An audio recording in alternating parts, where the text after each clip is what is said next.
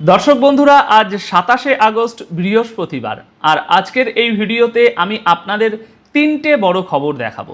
প্রথম খবর, আমেরিকা মধ্যপ্রাচ্যের 8টা দূতাবাসে নিজের কূটনৈতিকদের ফিরিয়ে আনছে। 6 মাসে এই প্রথম। 2, একই সপ্তাহে ওয়াশিংটন থেকে দুটো উল্টো সুর বেরিয়েছে, আর ইসরায়েল বলছে ঘেরাওটা আরও শক্ত করুন। 3, ট্রাম্প বলেছেন যুদ্ধ শেষ করার কোনো সময়সূচি তার নেই। তিনটে খবর, তিনটে আলাদা জায়গা থেকে, কিন্তু প্রশ্ন একটাই, বোমা পড়া কি সত্যি বন্ধ নাকি শুধু থেমে আছে? উত্তরটা ভিডিওর শেষে। তাহলে শুরু করি।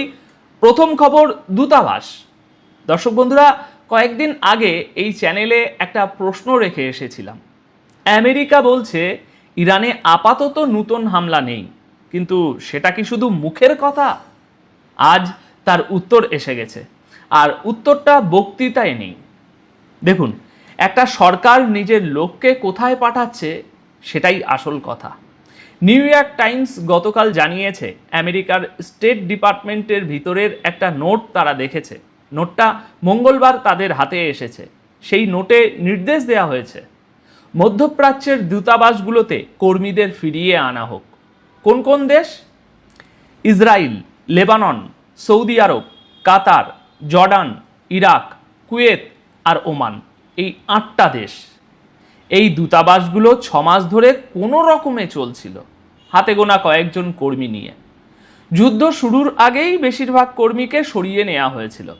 এতদিন স্টেট ডিপার্টমেন্ট ধরেই নিয়েছিল যে এভাবেই অনেক দিন চলবে।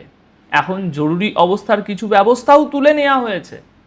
মানে দাঁড়ালো, আমেরিকা ধরে নিচ্ছে সামনের কয়েকটা সপ্তাহে ওই শহরগুলোতে আর বোমা পড়বে না। এই সিদ্ধান্তটা কে নেয়? যে জানে কোথায় কখন বোমা পড়বে। কেন এখন? কারণটা গতকালই বেরিয়েছে। এক্সিওস জানিয়েছে আমেরিকার পররাষ্ট্রমন্ত্রী মার্কো রুবিও মিত্র দেশগুলোকে বলে দিয়েছেন ইরানে আপাতত নতুন হামলা নেই, চাপ চলবে, কিন্তু স্যাংশন আর নৌ অবরোধ দিয়ে। একজন কর্মকর্তা আরও বলেছেন এই অবস্থানটা নভেম্বরের ভোট পর্যন্ত টিকে যেতে পারে। আর একটা কথা মন দিয়ে শুনুন, এই 8টা দেশের মধ্যে ইরাক আর সৌদি আরব, এই 2 দেশেই মার্কিন দূতাবাস এই যুদ্ধে ইরানের হামলার নিশানা হয়েছিল। সেই 2 জায়গাতেই কূটনৈতিকরা আবার ফিরছেন। এখন কাগজে যাই লেখা থাকুক, এটাই এখনো পর্যন্ত সবচেয়ে পরিষ্কার সংকেত। এই সংকেতটা ধরে আজই কে তেহরানে নামছেন সেটা ভিডিওর শেষের দিকে বলবো, কারণ ওই একই ওয়াশিংটন থেকে ঠিক উল্টো একটা কথাও বেরিয়েছে। সোমবার আমেরিকার যুদ্ধমন্ত্রী পিট হেগসেথ সাংবাদিকদের বলেছেন যে হরমুজে বা ইরানের আশেপাশে হামলার রাস্তা আমরা কোনোভাবেই বন্ধ করছি না। দেখুন, একই সপ্তাহ একজন মিত্রদের বলছেন হামলা নেই, আর একজন সাংবাদিকদের বলছেন রাস্তা খোলা। আর যিনি হামলা নেই বলেছেন তিনিও একটা দরজা খোলা রেখেছেন। এক কর্মকর্তার কথায় ইরান আগে আঘাত করলে হামলার রাস্তা ফিরে আসবে।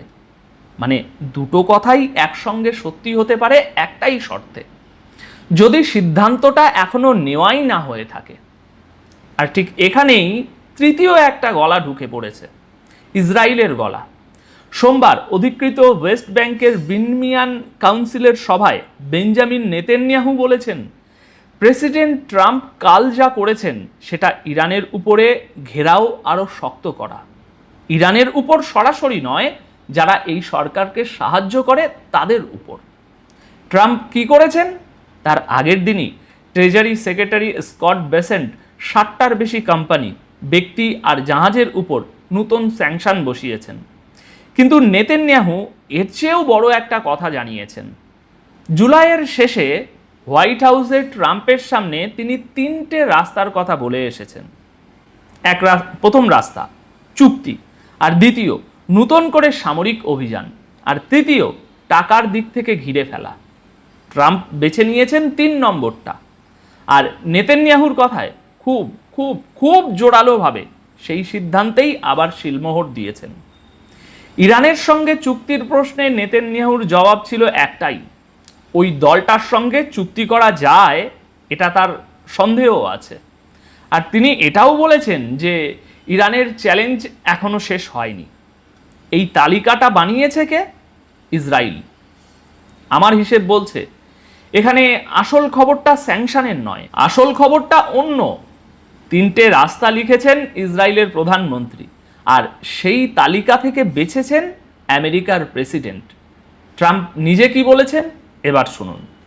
গতকাল আল জাজিরার সাংবাদিক তানিয়া নুরিকে ডোনাল্ড ট্রাম্প বলেছেন, আমার কোনো সময়সূচি নেই, একটাও না, আমার তাড়া নেই।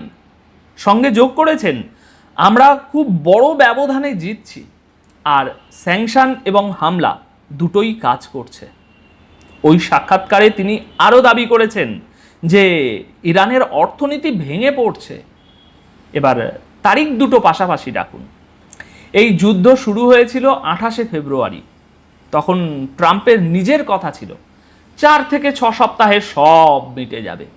আজ 6 মাস, আর আজ তিনি বলছেন কোনো সময়সূচি নেই।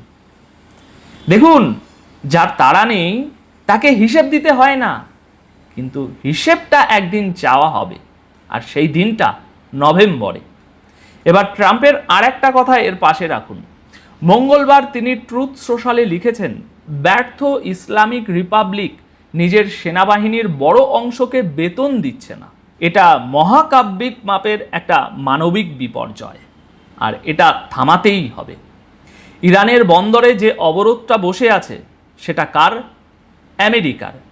তেহরান কি বলছে সেটাও শুনে নিন। প্রেসিডেন্ট মাসুদ পেজিশিয়ান বলেছেন, টাকার চাপ দিয়ে আমেরিকা কিছুই পাবে না।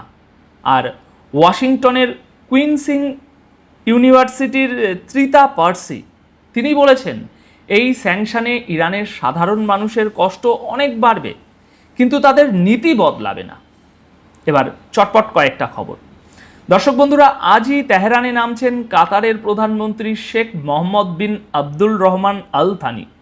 কাতারের পররাষ্ট্র মন্ত্রণালয়ের মুখপাত্র তারা জানিয়েছে যে এর লক্ষ্য উত্তেজনা কমানো আর আলোচনার পরিবেশ তৈরি করা। কাতার আরও বলেছে, হরমুজকে 28শে ফেব্রুয়ারির আগের অবস্থায় ফেরাতে চায় তারা। আর মনে রাখবেন, জুন মাসের ওই সমঝোতাটা করিয়েছিল কাতারি, আর সেটা ভেঙেছিল হরমুজের দখল আর আয়ের ভাগ নিয়ে। মানে দাঁড়ালো, যে দুটো প্রশ্নে কাগজটা ছিঁড়েছিল আজও টেবিলে সেই দুটোই। ইরান আর ওমানের অস্থায়ী করিডোর নিয়ে নতুন তথ্য এসেছে। পথটা 7 মাইল চওড়া, আর ঢোকার মুখ ইরানের জলসীমার ভিতরে। ইরানের আইআরজিসি বলছে, প্রণালীর জলে কোন দেশের কত ভাগ সেটা ঠিক হয়ে গেছে। তবু উপপররাষ্ট্রমন্ত্রী কাজিম গারাবাদি বলেছেন, হরমুজ এখনো বন্ধই। এই করিডোরের কথায় আমেরিকা এখনো মুখ খোলেনি। তবে ওয়াশিংটনের পুরনো অবস্থান একটাই, প্রণালী আন্তর্জাতিক জল, কোনো দুই দেশের নিজস্ব নয়। তেলের দাম নেমেছে 14ই আগস্টের পরে সব থেকে কম। আল মনিটরের হিসাব বলছে, যুদ্ধের আগে হরমুজ দিয়ে দিনে যেত 2 কোটি ব্যারেল তেল, এখন যাচ্ছে প্রায় 50 লক্ষ। আর 28শে ফেব্রুয়ারি থেকে প্রণালীতে 70টা ঘটনায় মারা গিয়েছেন 19 জন নাবিক। শেষ খবরটা ইরানের ভিতরের। সেনাবাহিনীর মুখপাত্র বলেছেন, যুদ্ধে নষ্ট হওয়া অস্ত্র ব্যবস্থা সরিয়ে ফেলা হয়েছে, নতুন সরঞ্জামও এসেছে। খবরটা ইরানের রাষ্ট্রীয় মাধ্যমের, সেটা মাথায় রাখুন। এবার এই 3টে খবর এক জায়গায় রাখুন। কূটনৈতিকরা ফিরছেন, যুদ্ধমন্ত্রী বলছেন রাস্তা খোলা, প্রেসিডেন্ট বলছেন তাড়া নেই, আর মধ্যস্থতা করতে তেহরানে যাচ্ছে কাতার।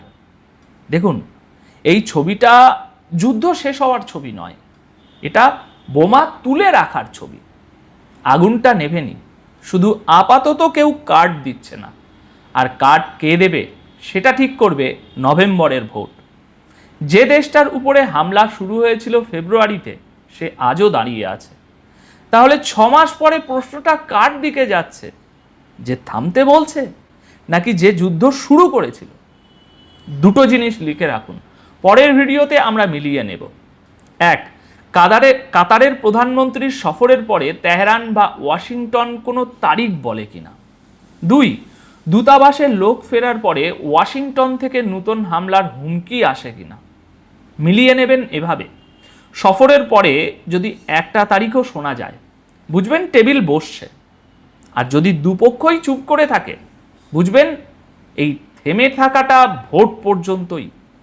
এখন আপনাদের কি মনে হয়, এই থেমে থাকা আর কতদিন চলবে? কমেন্টে জানান। বাকিটা পরের ভিডিওতে। সবাই খুব ভালো থাকবেন, সুস্থ থাকবেন। ধন্যবাদ আপনাদের সকলকে।